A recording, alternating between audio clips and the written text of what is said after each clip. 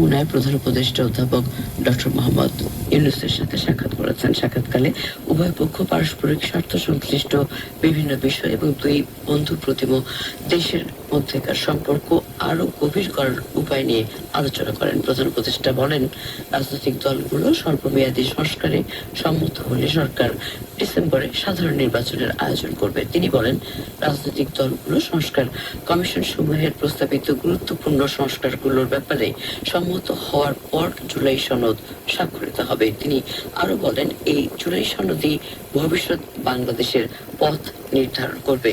Gary Peter's সরকারের সংস্কার কর্মসূচির প্রশংসা করে বলেন, যুক্তরাষ্ট্র বাংলাদেশে সুষ্ঠু গণতান্ত্রিক উত্তরণের বিষয়ে আশাবাদী। নিয়মিত ট্রেন চলাচলের জন্য আজ খুলে দেওয়া হয়েছে বহুল প্রতীক্ষিত দেশের বৃহত্তম রেলওয়ে সেতু যমুনা রেল সেতু।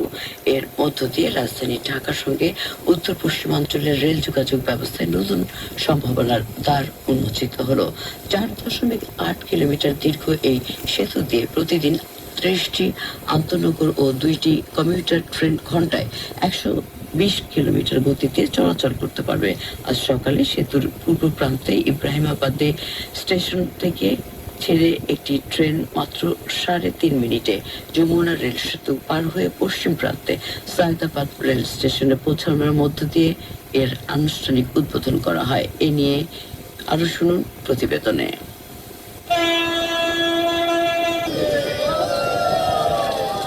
দীর্ঘ অপেক্ষার পর যমুনা নদীর উপর উদ্বোধন হলো দেশের দীর্ঘতম রেল সেতু। উদ্বোধনের পরপরই ট্রেনে চড়ে সেতু পার হন সেতুর সাথে যুক্ত দেশি বিদেশি নির্মাণ সঙ্গী। বাংলাদেশ রেলওয়ে ও জাইকার কর্মকর্তাদের পাশাপাশি যোগ দেন স্থানীয়রা।